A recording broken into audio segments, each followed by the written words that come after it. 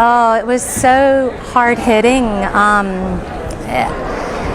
We had found out, I received a letter and it had let us know that we won, and that was exciting for my student and the kids that produced the video. But when I read on to see who chose the video, I just wept.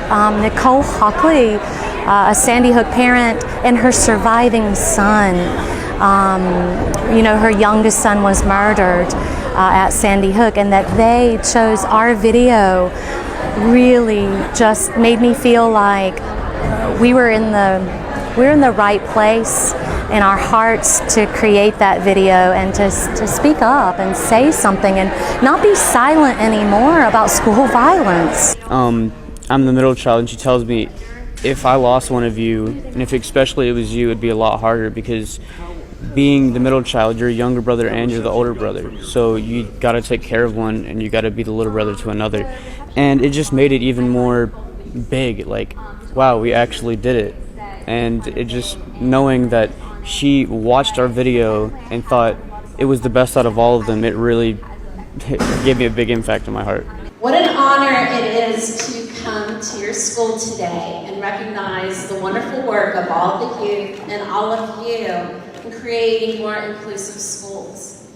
When Sandy Hook Promise formed and was created by the parents who lost their children at Sandy Hook Elementary, their efforts and programming was intended to make sure that no other school, no other family had to go through such a horrific incident.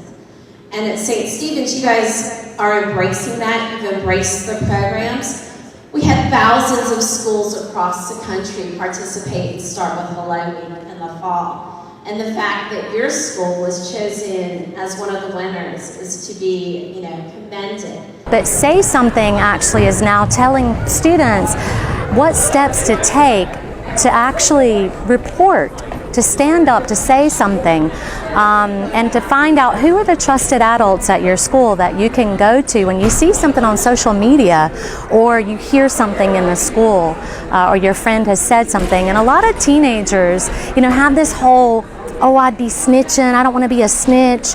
And so we kind of adopted a little catchphrase that it's not snitching if it saves a life. And we created a script and we casted it, and we filmed it in one day, and we really weren't expecting any big. We were doing it kind of for our school, because we know from our personal experience that bullying is a real thing, and social isolation. So we were kind of just trying to shed some light on our school too, and it became bigger than it was.